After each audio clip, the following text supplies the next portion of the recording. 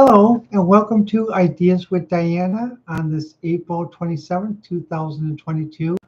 The thought of today's program is titled New Paradigms and Multi-Fund Markets. What do I mean by that? Well, let's start with the new paradigms first as an intro.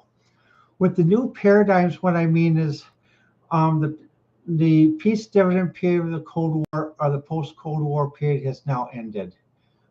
We've entered into a new type of I don't want to say Cold War, but it's sort of like we're having to battle the Cold War that we were wise enough to avoid the last time in the Ukraine. Also, that basically it's not necessarily cold because it is like warming up pre-cooked sausage on a skittle.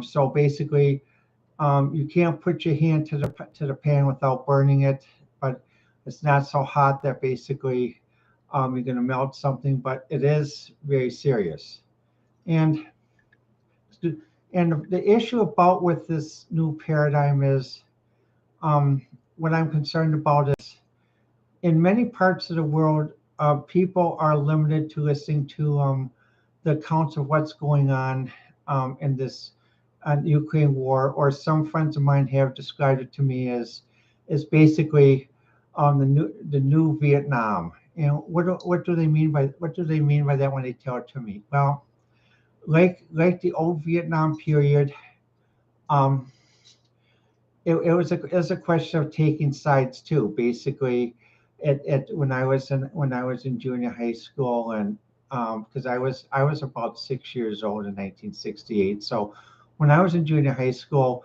we were taught about the Doves and the Hawks, and let's see, the reactionaries, and another term. Well, essentially, what it meant is basically there was no middle ground, because what happened was basically is that you at that time you either were Dove or Hawk, or something else, or nowadays basically instead of Dove and Hawks, it's like neoliberalism and neocons, which basically apparently some reports have claimed that the two have now coalesced together. Um, in that, so basically it's not really the two are different sides anymore, and this is different from traditional liberalism that existed up until about 1972, and traditional and some traditional conservatism. But conservatism still exists, as Margaret Hoover does her show, um, Firing Line, a continuation of William F. Buckley's show, and also the National Review is still in existence, which I read and subscribe to, as well as the Washington Inquirer. Now, briefly, let me talk about the multipolar fund system. Well, prior to February 24th, the most common fund system that was known in the world was the SWIFT system, SWIFT International Funds Transfer System. So you made a purchase with a credit card, and let's say you purchase something on Amazon and it's actually made in England or China. Okay, well, that SWIFT system made sure that the money got to the vendor in China and England, and that they were able to ship it to you, and you could get it quite quickly. You wouldn't have to wait 6 weeks. You wouldn't have to wait for all the rigmarole for the money to go through. And well, what happens after February 24th? It changed, because now basically, and even as early as October 2021, with the WAN system, or what I call the WAN Global system, as of February 24th. And let's start with the WAN system. Well, the WAN system is simply this. Um, in October, the Chinese government, working with various Latin American governments, agreed to back their currency in yuan. And those countries traditionally had their currencies backed under the Swiss system and IMF. So they pulled out of the IMF and agreed to have their currencies backed in yuan, like Argentina and a few other countries. Now, for what did that mean for those countries? Well, that meant that basically that they had greater freedom economically and more wiggle room to do things, that they weren't so constrained. And also that meant that they had another side of the street to deal on, as far as fund system and funds transfer system. Now, on February 24th, when the sanctions went in against Russia, what happened was payments were stopped. So basically, ruble or basically euros, dollars and euros were not allowed to be used. Many businesses left Russia, and there many people took sides as to who was right, Ukraine or Russia on this. And so what happened was, well, basically the situation existed. Europe still needed gasoline, and the world still needed natural resources from Russia. So what happens was, well, since you can't pay in dollars and in euros, well, the only other way was to pay in rubles. And basically, many countries first balked said, "Oh, we're not going to pay this. We don't need to pay in euros." And well, what happened was they realized that even though the elites in those countries that may be empowerment, there may be members of very prestigious families and well-off families. They have the ability to say no, and they have the ability to live through this economic um, insecurity and food insecurity and gas insecurity. The common people, as was determined in the second Nuremberg trial, do not have the ability to say no and have to muddle through this economic insecurity, food insecurity, and energy insecurity. So, what the common people are saying, look, we need to heat our homes. We can't afford to live in our homes with 3 blankets on. Take a very cold shower in the morning. Say, oh, blast you, Putin or something. They know that they're going to get sick, and also, just like us in the United States, North homes, even though it's late April in Wisconsin, guess what the temperature was today? 36 degrees, or to our European friends and others, that comes out to about 2 degrees Celsius. So do you think we're going to turn the heat way down in our house down to 50 to save on gas if we had an oil crisis? No, because what would happen? Our pipes would burst. And even those of us who live in apartment buildings, as I do, are told basically to keep the temperature at a certain range, even in cold weather, at 75 or 78 Fahrenheit, which is about 16 degrees Celsius. Um, so basically, people have to live. People have to have resources. People need energy. People need food. People need economic security. But apparently, there's very few of that. Now, just to continue on the multipolar fund system, I have the ability still to watch different news shows and foreign news shows that have been banned on YouTube and Google Play, and let's see what else, and some others. But I can get them through other sources, as I have 2 types of TVs in my apartment, and one type still I'm able to get it through. So, like on one show, I was watching Renegade. This was a show produced by RT, and it's produced in London. And I don't feel the reporter there is a mouthpiece of the Kremlin, because basically he follows journalistic qualities. He is a noted British producer for many years, and not known and basically as a professional. But what he talked about with one guest was that um, some agencies in England say that that the English are let's see, what was it? 3 meals away from anarchy. And what does that mean? Well, basically, if enough people skip 3 meals consecutively, there would be anarchy in England, because the supply systems are so tightly linked, and everything is so there's not enough slack, that basically people would start to have insecurity. People would start to panic. And the person is talking about someone from the Farm Bureau, which I mentioned in another show. And I'm still going to throw this out there. I still think the one person who on Renegade, John Ashcroft, talked with as his guest as part representing the farmers and that. I think it would help if he would join up with WBBM Radio in Chicago and talk with the one person that does the farm report at noon from Normal, Illinois. If the two of them could get together and do a show, so that's geared towards Americans, Europeans as well. So people who are not raised on the farm can understand this and plan accordingly for what they're doing. And that. So, but the point is, what he's saying is, like, for example, with this food is, with the sanctions. Okay, well, all right. Well, the sanctions are being done to punish the Russian government for what was done. As stated, it's not supposed to punish the Russian people. However, many people know that whenever anything is said, um, it really doesn't punish the government. It actually punishes the lower classes and the classes of people that can't say no, because they're the ones that have to take the bus every morning. They're the ones that have to take the subway. They're the ones that don't. They have to get to work. Or if they miss 2 days of work, they get a pink slip, and you don't know where the next paycheck's coming or where the next meal's coming from.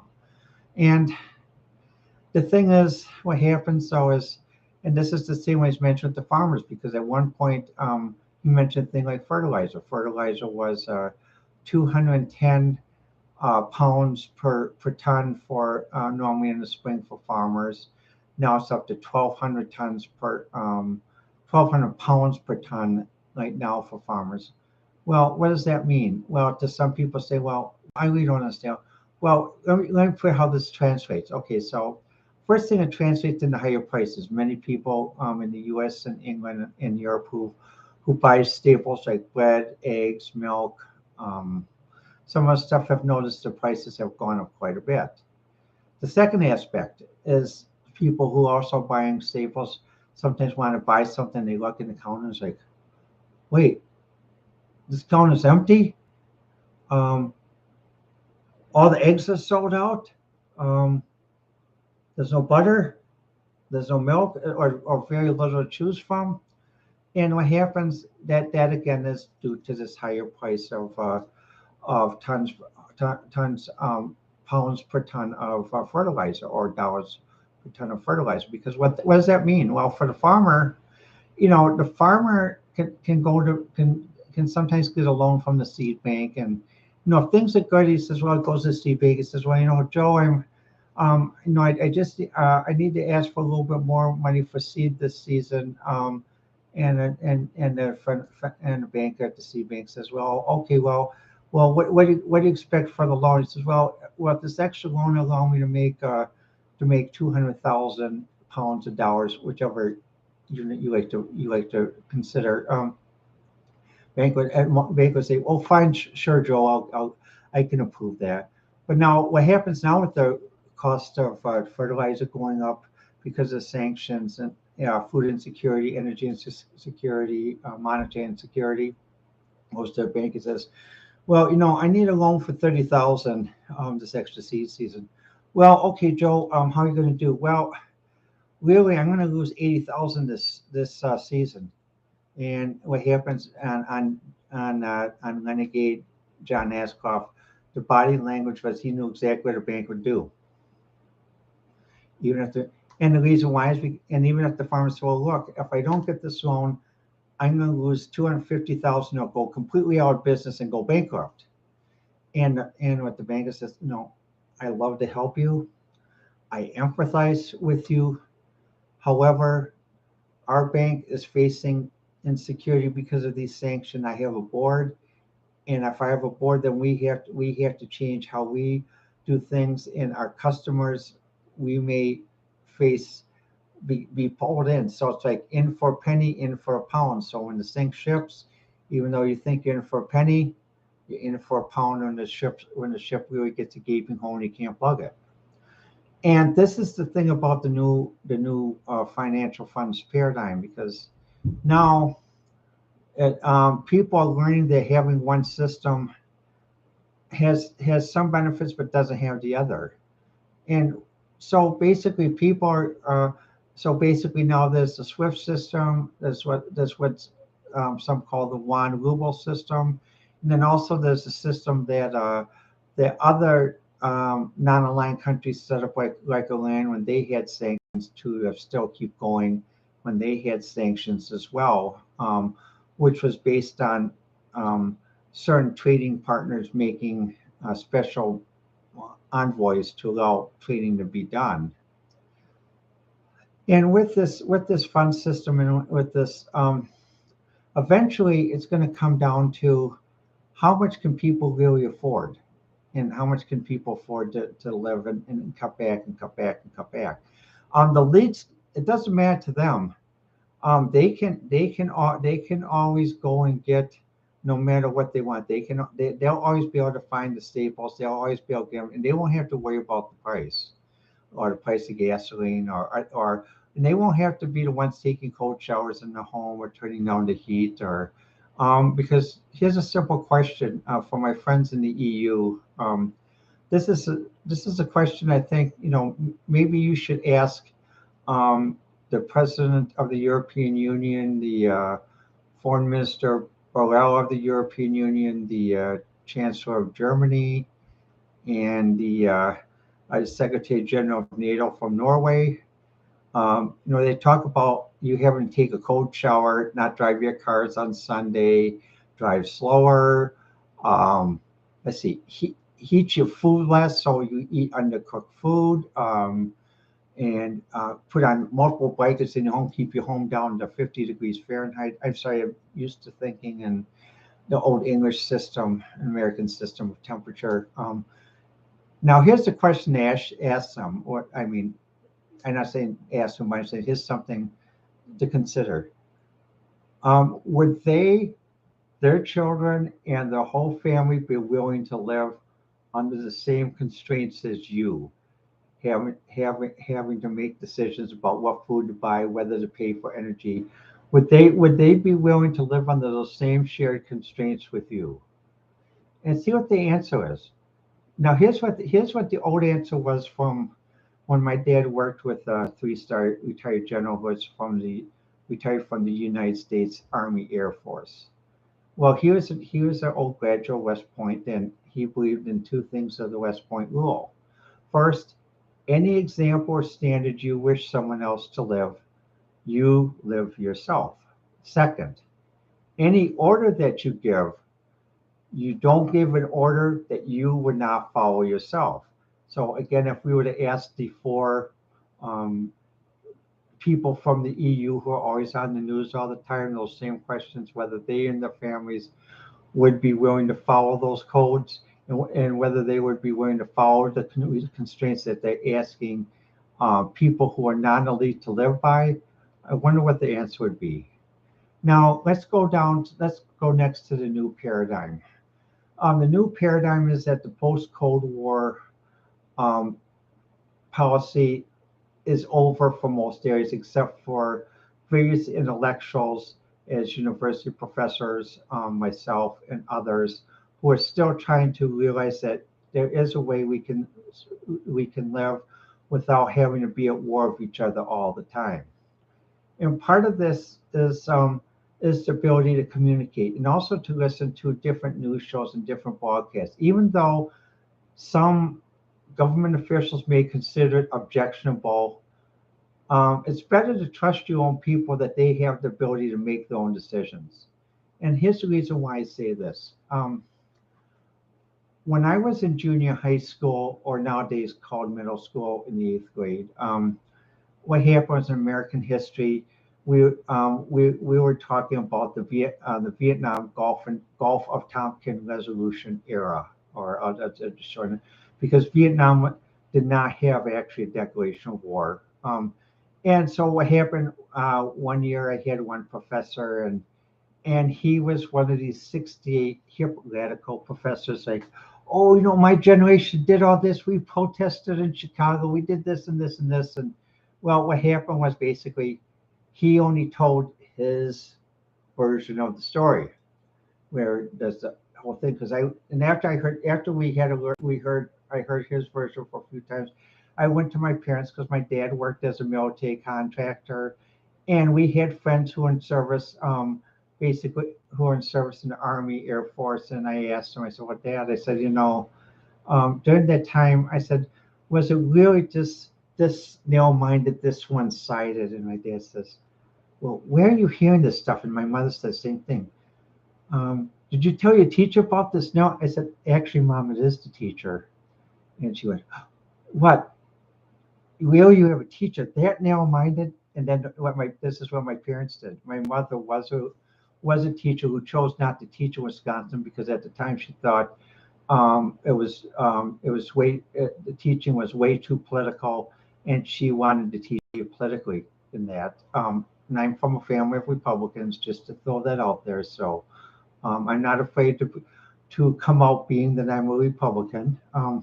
However, I am a social Republican. I support a social safety net as well as universal basic income, like what was done during the stimulus during the pandemic, and possible greater use of universal and basic income as robots or robotics take over more of the workplace, displacing people.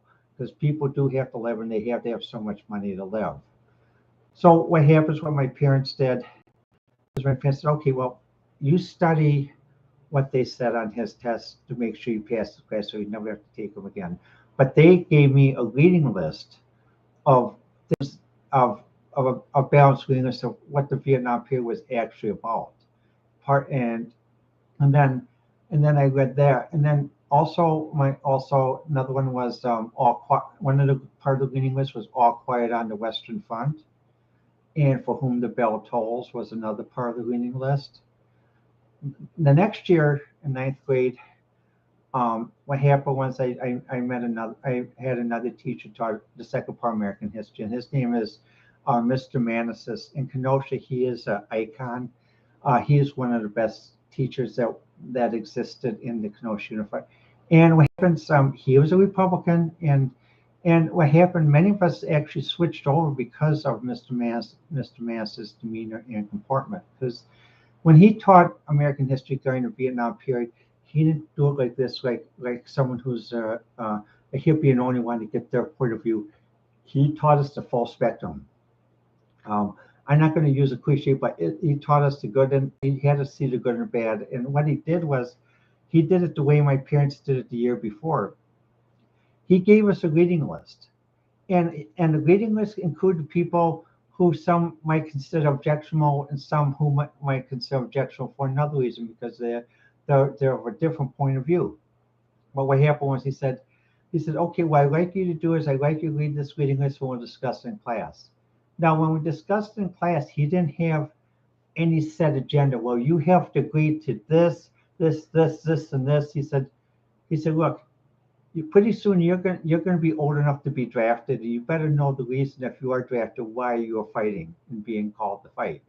So I want you to develop your reasoning skills, and I trust you that you are old enough to start developing your reasoning skills. So we would discuss in class, and some people said, well, God, well, it seemed odd that this should have been known. Why do we keep doing this? He said, good question. And then another thing is like, well, why didn't we pull it in 64 as Kennedy had said? Another good question. And so we had a very, and at the class, it's interesting when many of us started to form our critical opinions as to, who do we prefer to listen to, Republicans or Democrats?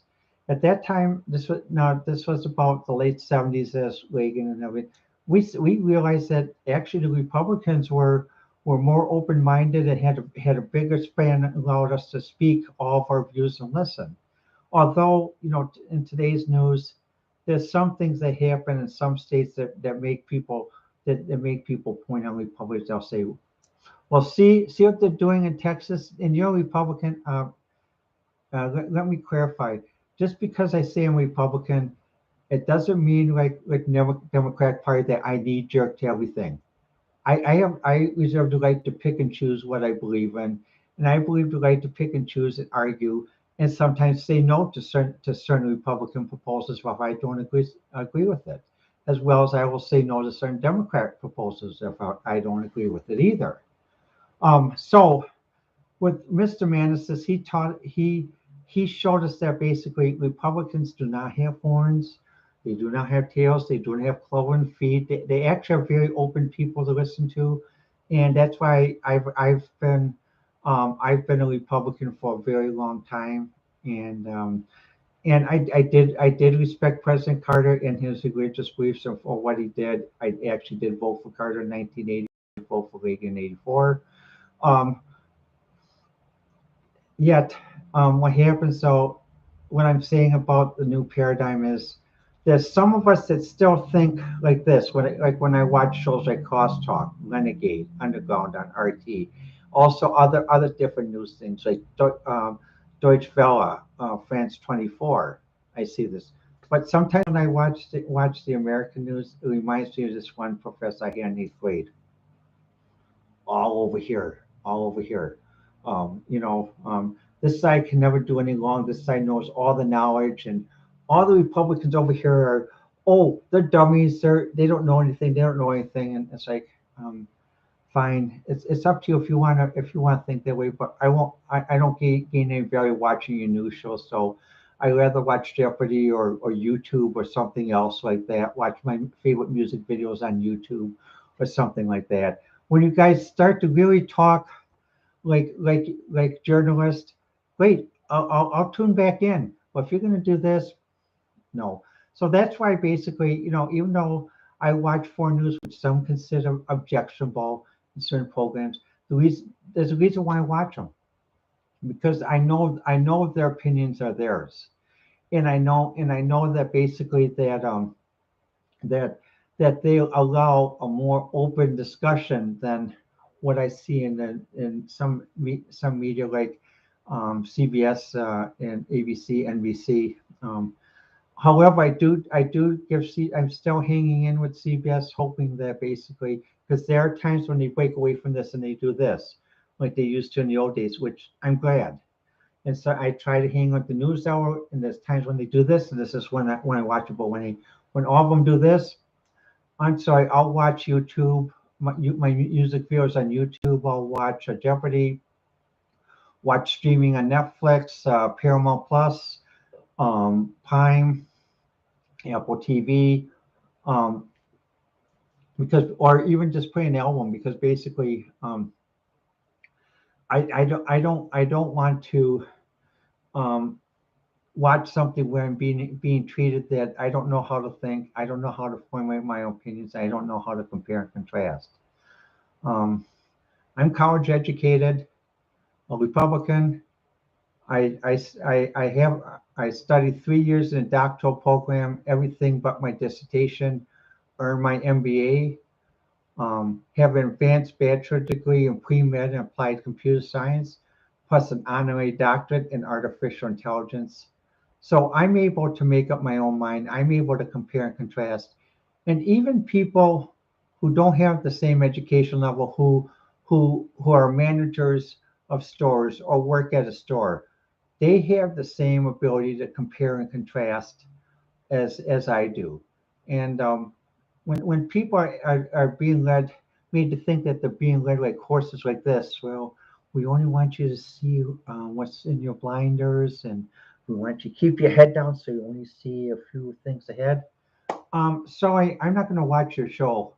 And what happens? I'll be a peace. I'm a peaceful Republican, so I'm just gonna. I'll just not watch it. And if friends ask me, I'll just say, well, really, I don't watch that show too much anyway. I prefer to watch something else. That's all I'll say. And but when some of those shows do get back to like this, then you'll have my support and listen, because even if something's objectionable, just to give an example, um, on one PBS News hour, they showed an interview with Lavrov, that was from RTV, and that I saw as well, and he talked about different aspects of the negotiation process, and something I was surprised about, which maybe I shouldn't be, because I'm still naive, but they claimed that basically they were negotiating. They claimed the Ukraine side offered basically amendments to what was proposed. So what the Russian side does, they rewrote the document with their amendments and what they could do. They sent it back, and the Ukraine side said, well, we still want these amendments. So they rewrote it again, sent it back. We still want these, and so. And when different European journalists who were close to Teilhard found out about this in Italy and other European countries, they wondered, is there really an attempt to negotiate a settlement of this? Because really begs the question. Is there, and the other thing what shocks me though is two things. Is there's a regional governor in Ukraine who said that, well, anyone receiving aid from the Russians or support from the Russians will be killed. And even a comment about, well, someone receiving aid or support has signed a death warrant. Well, when someone's starving, they're not going to ask what flag they fly. If someone offers some food or water and they're starving, they'll accept it.